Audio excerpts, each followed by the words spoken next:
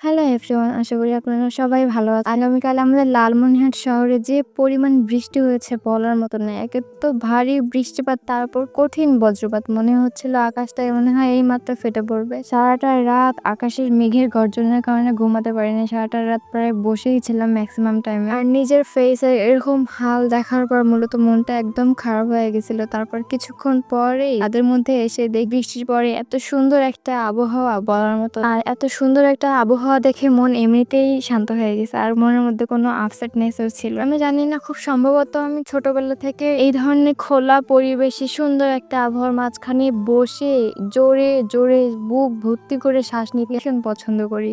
Even আমি যে এই ভয়েস ওভারটা দিচ্ছি এখনো সেই ওরকম পরিবেশের মাঝখানে বসেই দিচ্ছি। আপনাদের কাদের কাদের এরকম সুন্দর পরিবেশ বা আবহাওয়া পছন্দ তারা সবাই কমেন্টে লিখবেন প্লিজ। আর তাছাড়া আগে অনেক বৃষ্টিতে ভিজতাম, বৃষ্টিতে ভিজতে এতটাই ভালো লাগতো বলার মতো। তখন আর ভিজতে ইচ্ছা করে না, এখন আর সাহস হয়ে ওঠে না, কারণ বজ্রপাতের সংখ্যা এখন এত বেড়ে গেছে আর এখন আর ওই ধরনের সাহসটা আর আসেনি। আপনাদের কাদের কাদের এরকম পরিবেশে এরকম বৃষ্টিতে ভিজতে ভালো লাগে সবাই কমেন্টে জানাবেন। এ পর্যন্ত দেখা হবে অন্য কোনো দিন অন্য কোনো ভিডিও নিয়ে। আল্লাহ হাফেজ।